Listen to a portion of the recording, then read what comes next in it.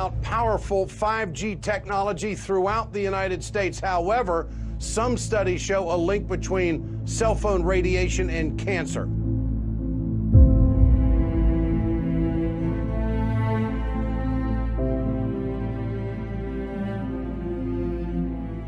Pioneering the technology that'll roll out in the late summer. Now, the industry says 5G could be 100 times faster than current service, but it requires more equipment closer to you, and some don't like that.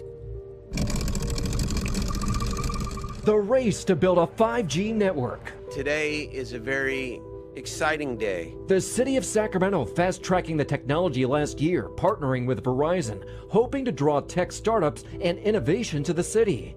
But 5G waves don't travel as far as current wireless frequencies. Instead of large cell phone towers spread far apart, it requires small cell sites closer together. This will cause cancer. Donna Barron is protesting plans to build small 5G cell sites on light poles in her Maryland neighborhood. She's one of several people raising health concerns. This stuff is untested on kids. Their safety is not certain. These untested technologies are, at this time, not ready to be unleashed into our lives. Research on the effects of cell radiation has been inconsistent. According to the National Cancer Institute, a limited number of studies have shown some evidence of statistical association of cell phone use and brain tumor risks, but most studies have found no association. Can cell phones really cause cancer? It's been a question that's dodged researchers for years. Now, but a group of experts are now saying the results of some tests are pretty surprising. Millions, maybe billions of us constantly call, text, click, take pictures, and play on our cell phones. Even the top cellular radiation researchers from around the world have a hard time untethering.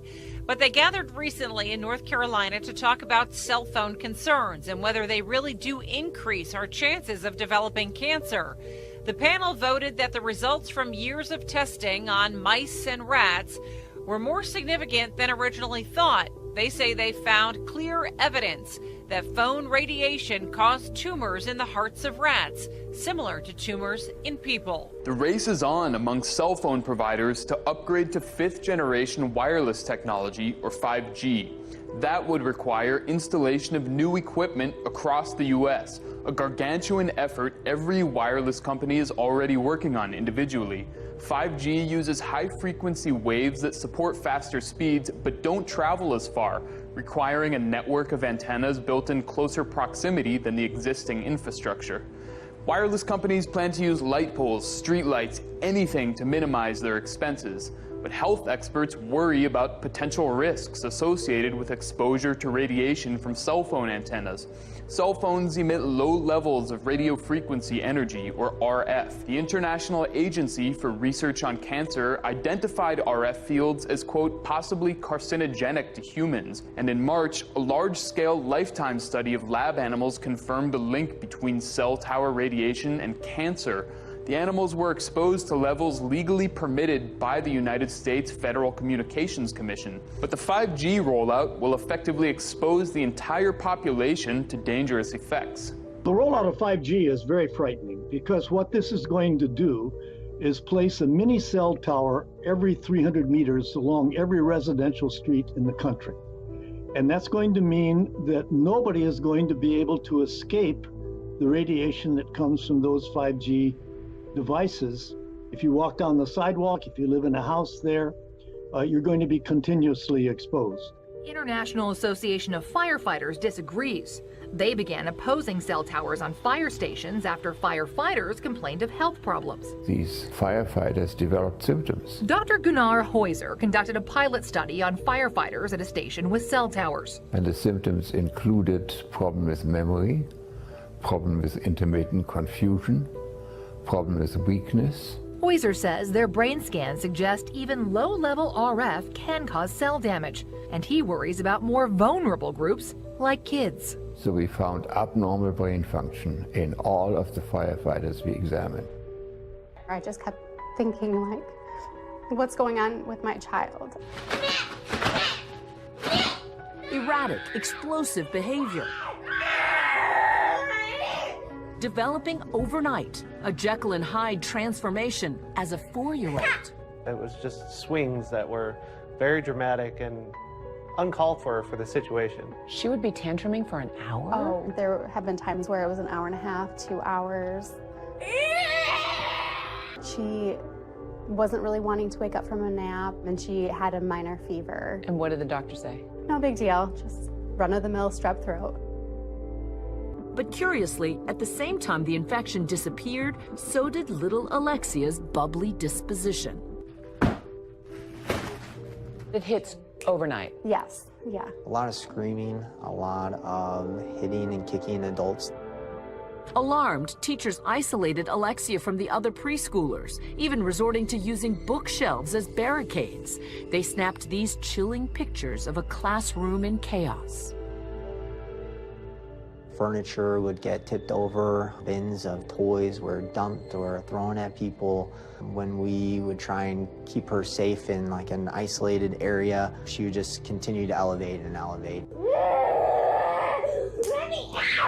But things would become their most dire when prolonged tantrums turned into threats towards her family and herself. Vanessa takes her girls on a seemingly routine stop for a midweek treat until Alexia insists on seconds. She said, "Mommy, give me your milkshake." And I said, "No, Alexia." And then she counted 1, 2, 3. And then I heard a click. The toddler unbuckles her car seat and starts rummaging through her mother's purse. As I picked my head up, she was stabbing me in the eye with my mascara wand. I was scared. I was scared for all of our safety. This isn't normal, you know. 4-year-olds don't unbuckle their seatbelts in the car to stab their mommy in the eye with a mascara wand all over a milkshake. 12-year-old Parker's brain Get away! Get away! is under attack. Get out! Mysterious outbursts that look like mental illness. His parents desperate for answers. It's okay, Parker, we got you. Recording these horrifying moments, hoping that someone might know what's wrong and how to stop it. Behave yourself. I want my boy back. When he became socially anxious and shut himself off, what was your reaction? This is strange. That paralyzing anxiety led to obsessive-compulsive behavior. Their normally low-key boy suddenly tortured by inexplicable rage. Your son is in the midst of an absolute raging flare. You need to sit down and behave yourself. Authorities in Ohio have been getting some strange calls about so-called zombie raccoons. Zombie raccoons sound like something out of a bad horror film, but police in Ohio say that this is not a Hollywood script. They have received over a dozen calls recently about animals exhibiting very strange behavior. In the past couple of weeks, Youngstown police have been called to over a dozen of these raccoon calls, and all of them have the same report of what they are calling strange zombie-like behavior.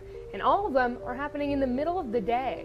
Looked over there, and he got distracted and he saw a raccoon coming our way. Robert Cogasol's playtime with his dogs was interrupted by a feisty and sick raccoon last week. I got the dogs back in the house. The raccoon followed us right to the front door. Once inside, Robert, a wildlife photographer, grabbed his camera to document what he called extremely strange behavior. He would stand up on his hind legs, which I'd never seen a raccoon do before.